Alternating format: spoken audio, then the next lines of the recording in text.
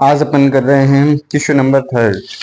बाकी सारे क्वेश्चन मैंने करवा दिए, आपका थर्ड और दो क्वेश्चन और बाकी है। देखो थर्ड क्वेश्चन में आपको क्या दिया हुआ है। क्वेश्चन नंबर 3,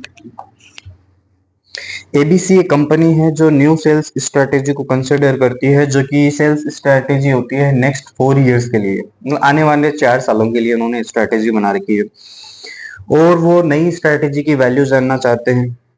और आपको देखो सेल्स दे रखा है, profit before tax, tax profit after tax, fixed assets, current assets दे रखी है। उन्होंने न्यू स्ट्रेटेजी को अडेप्ट किया है जिसमें जो सेल्स है वो 20% हर ईयर बढ़ेगी और 3 सालों के लिए बढ़ेगी। और फोर्थ ईयर ऑनवर्ड्स क्या होगा, कैश फ्लो जो है आपके स्टेबलाइज हो जाएंगे, मतलब आगे कैश फ्लो फिर बंद हो जाएंगे, मतलब फिर कंटिन्यू वही कैश फ्लो चलते रहेंगे। Gross margin ratio, asset turnover ratio, ये सारे अनचेंज रहेंगे। डेप्रिसिएशन है वो 10% रहेगा। कंपनी का टारगेट रेट ऑफ रिटर्न है 15%, मतलब जो कॉस्ट ऑफ इक्विटी दे रखी है आपको, और डिटरमाइन करना है आपको incremental value due to adoption of strategy. तो आपको नई स्ट्रैटेजी की वैल्यू निकालनी है कि वैल्यू ऑफ बिजनेस उसके बेसिस पर कितनी है कि आने वाले अपकमिंग ईयर्स में सेल्स बढ़ेगी, उसके हिसाब से अपने को डिटरमाइन करना है। देखो इसका जो सोल्यूशन दिया है अपने को उसी बेस पर आंसर करना है, क्योंकि यहाँ पर डेप्रिसिएशन दे रखा है 10%, तो डेप्रिसिएशन के लिए अपने को असेट्स देखना पड़ेगा। सबसे पहले इसमें जो क्वेश्चन में बना रखा है आपको उसी प्रकार से तैयार करना है कि एक तो देखो आपके पास फिक्स एसेट्स है, एक आपके पास क्या है, करंट एसेट्स है। अब जो फिक्स एसेट्स दे रखी है आपको वो दे रखी है 8000, जो 0 ईयर में आपको दे रखा है 8000। अब 8000 है और आपकी सेल्स है वो हर साल बढ़ेगी 20%, तो आपकी फिक्स एसेट्स भी कितनी बढ़ेगी, 20%। तो देखो फिक्स एसेट्स आपको दे रखी है 8000 रुपए। अगर मैं फिक्स एसेट्स को 20% बढ़ाऊं तो 8000 रुपए तो अपने पास है, उसमें से अगर आप 20% बढ़ाओगे,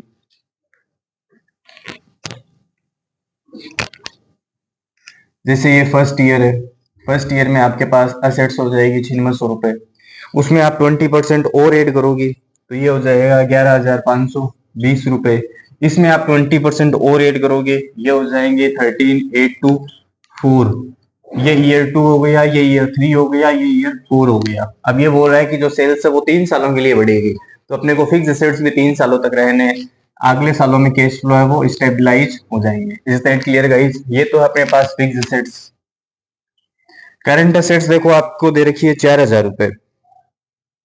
करंट एसेट्स भी आप बढ़ाओगे, 4000 में 20% ऐड करोगे 4800 रुपए, इसमें आप वापस ऐड करोगे 20%, 5760 रुपए। इसके बाद में इसमें आप 20% और ऐड करोगे 6912, और इसमें आपको कुछ करना नहीं है क्योंकि कैश फ्लो ही स्टेबलाइज हो जाएंगे।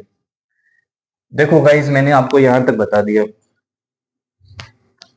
क्योंकि ये अपने डिप्रिशिएशन में कैलकुलेशन में काम आएगा, इसलिए मैंने ये शॉर्ट ऊपर रख दी। अब बात करते हैं कैश फ्लो। अगर मैं कैश फ्लो की बात करूं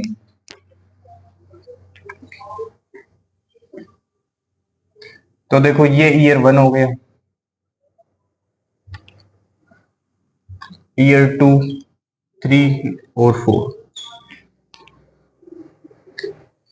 जो सेल्स दे रखी है वो आपको दे रखी है 20,000 रुपए। आपको क्वेश्चन में जो सेल्स दे रखी है वो सेल्स दे रखी है 20,000 रुपए, उसको 20% बढ़ाना है तो यहाँ पर हो जाएगा 24,000, यहाँ पर हो जाएगा आपके पास 28,800 रुपए। इसके बाद में आपके पास 20% और ऐड करोगे तो 34,560 रुपए हो जाएंगे। और फोर्थ ईयर में आपको सेल्स में कुछ ऐड नहीं करना है क्योंकि उसके बाद में ग्रोथ कुछ होगी नहीं। Is that clear guys? Sales जैसे ही आप लिखोगे, सेल्स के बाद में देखो आपको क्या दिया हो रहा है, प्रॉफिट बिफोर टैक्स, वो भी आप 20% ऐड करते जाना। प्रॉफिट आफ्टर टैक्स में आपको वहां से लिख रहा हूँ सीधा, कैश फ्लो आप यहाँ से लिख देना। प्रॉफिट आफ्टर टैक्स आपको दिया हुआ है, उसमें आप सीधा सीधा 20% है वो ऐड कर लेना। देखो गाइस क्वेश्चन में आपको प्रॉफिट आफ्टर टैक्स दिया हुआ है 1400 रुपए। 1400 में जब आप 20% ऐड करोगे, 1400 प्लस 20%, तो आपके पास आ जाएगा 1680 रुपए। उसके बाद में इसमें 20% ऐड करोगे 2016 रुपए, उसमें 20% ऐड करोगे 2419.20, और फोर्थ ईयर में आपको एज इट इज रखना है। Is that clear guys? अब प्रॉफिट आफ्टर टैक्स है, इसका मतलब है कि अपने को अब डेप्रिसिएशन का इफेक्ट देना है। या तो आप डेप्रिसिएशन को लिखो मत, या आप एक बार उसको लिखकर वापस से आपको क्या करना है, एड बैक करना है। देखो डेप्रिसिएशन है वो लिखता हूं मैं, डेप्रिसिएशन अगर मैं लिखूं यहाँ पर एड बैक करूं, डेप्रिसिएशन यहाँ पर आपको ऐड करना है इसमें, यहाँ पर डेप्रिसिएशन आपको क्या करना है, ऐड करना है। डेप्रिसिएशन कितना है, 20% ऑफ फिक्स एसेट्स। तो फिक्स एसेट्स आपकी 0 ईयर में कितनी थी, 8000। 8000 का 20% कितना होता है, इसका आपको 20% निकालना है। तो 8000 का जो 20% डेप्रिसिएशन होता है, नहीं डेप्रिसिएशन की रेट शायद 10% है। देखो गाइस डेप्रिसिएशन है, क्वेश्चन में आपको रेट दे रखी है, हाँ 10%। 8000 का 10% आप देख लो कितना रुपए होता है, 800 रुपए। अब डेप्रिसिएशन सारों में 20% ग्रोथ है, तो डेप्रिसिएशन में कितनी ग्रोथ होगी, 20%। यहाँ पर आ जाएगा 960। ईयर के बिगनिंग पर लगता है डेप्रिसिएशन। फर्स्ट ईयर के बिगनिंग में ये था 960। उसके बाद में ईयर बिगनिंग कितना है, 11520, इसका 10% 1152। 13824 तो 1382। ये आपने डेप्रिसिएशन यहाँ पर लिख दिया। इसके बाद में देखो गाइज आपको माइनस क्या करना है, जैसा कि आपके आंसर में दिया हुआ है एडिशन टू फिक्स एसेट्स। पहले एसेट्स मेरे पास कितने की थी, 8000, अब हो गई कितनी, 9600 रुपए, मतलब 1600 रुपए का इंक्रीज, प्लस आपको डिप्रिसिएशन का इफेक्ट साथ में देना है। 1600 प्लस 800 रुपए कितने होते हैं, 2400 रुपए। ये 2400 रुपए आपको माइनस करने हैं यहाँ पर। 2400 मैंने कैसे लिखे गाइस, 2400 मैंने लिखे हैं कि 8000 रुपए से 9600 रुपए, 1600 रुपए तो मेरी असेट्स इंक्रीज हुई है, प्लस डिप्रिसिएशन का इफेक्ट लेना है आपको 800 रुपए। ये कितना आ गया 2400, ये मैंने 2400 यहाँ माइनस कर दिया। इज दैट, अब इसमें 20% आप ऐड करते जाओ। यहाँ पर आ जाएगा 2880 रुपए, यहाँ पर आ जाएगा 3456 रुपए, और यहाँ पर आपके पास आ जाएगा 1382 रुपए। यहाँ पर 1382 क्यों, क्योंकि 3 इयर्स के बाद में तो कोई ग्रोथ है ही नहीं ना। 3 इयर्स के बाद में तो जो आपका डिप्रिसिएशन, असेट्स में कुछ इंक्रीज नहीं है, assets as it is zero है। असेट्स तो जीरो है, लेकिन डिप्रिसिएशन का इफेक्ट तो मेरे को देना पड़ेगा। डिप्रिसिएशन कितना था, 1382 रुपए, तो 1382 मैंने लिख दिया। Is that clear guys. इसके बाद में आपको माइनस करना है addition to current assets. Current assets का आपको वैल्यूएशन और देखना है इसमें। करंट असेट्स पहले कितनी थी, 4000 रुपए, अब कितनी हो गई, 4800 रुपए। तो 800 रुपए इंक्रीज हो रहा है, 800 आपको माइनस करना है।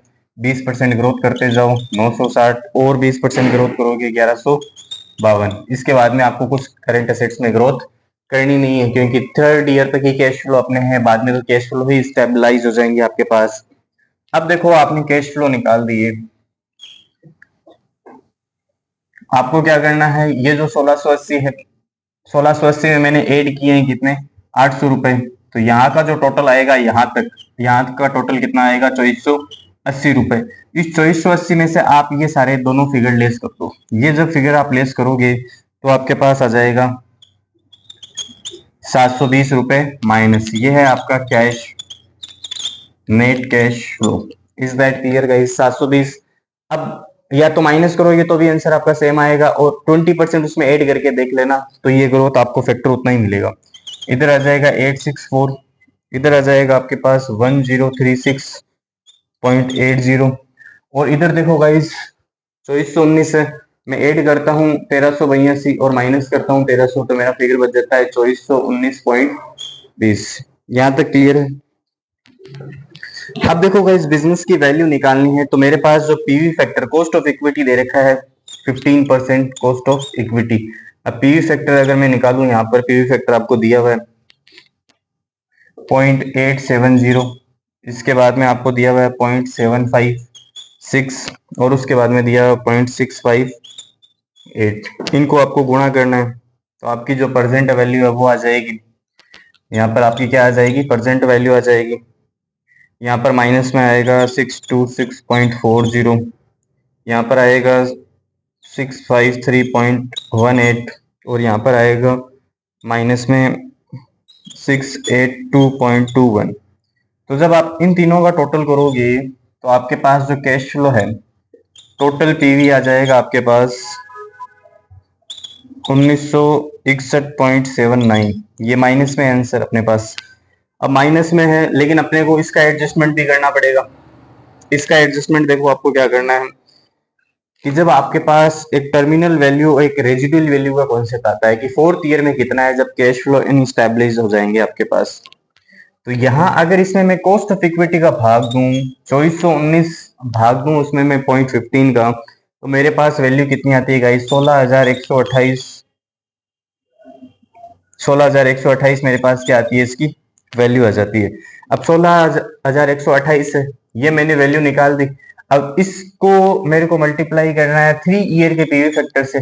16,128 को मल्टीप्लाई करवाता हूं मैं 3 ईयर का पीवी फैक्टर कितना है 0.658। तो यहाँ पर मेरे पास वैल्यू कितनी आ जाएगी गाइस, यहाँ पर मेरे पास जो आंसर आएगा वो आएगा 10,603.55।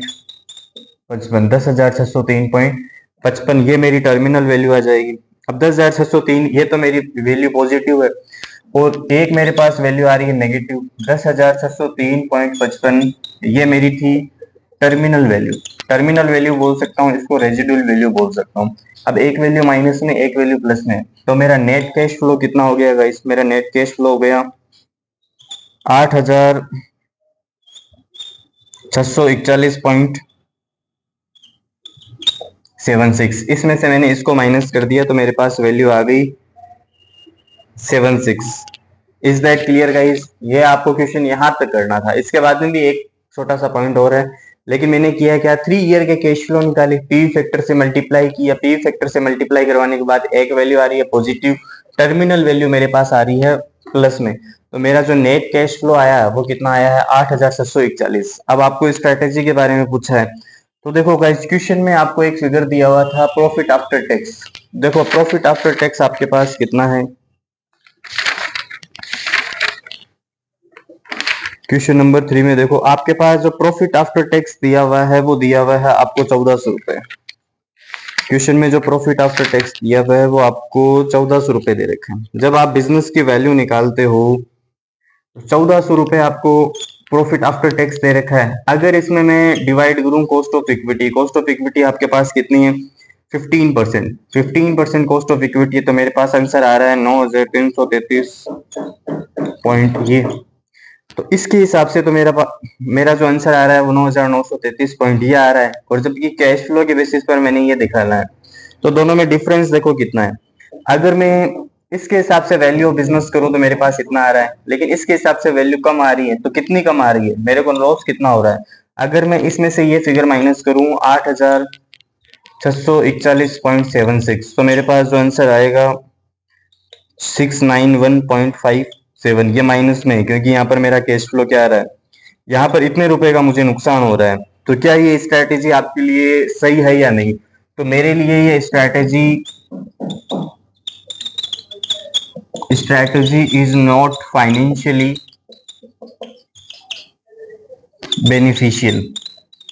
बेनिफिशियल या वायबल। मेरे लिए स्ट्रैटेजी सही नहीं है, क्योंकि इसके सेल्स की स्ट्रैटेजी कि 3 सालों में आने वाली ग्रोथ होगी, उसके बेसिस पर मेरे को वैल्यू ऑफ बिजनेस करना था। तो उसके बेसिस पर मेरी वैल्यू ऑफ बिजनेस आ रही है 8,741।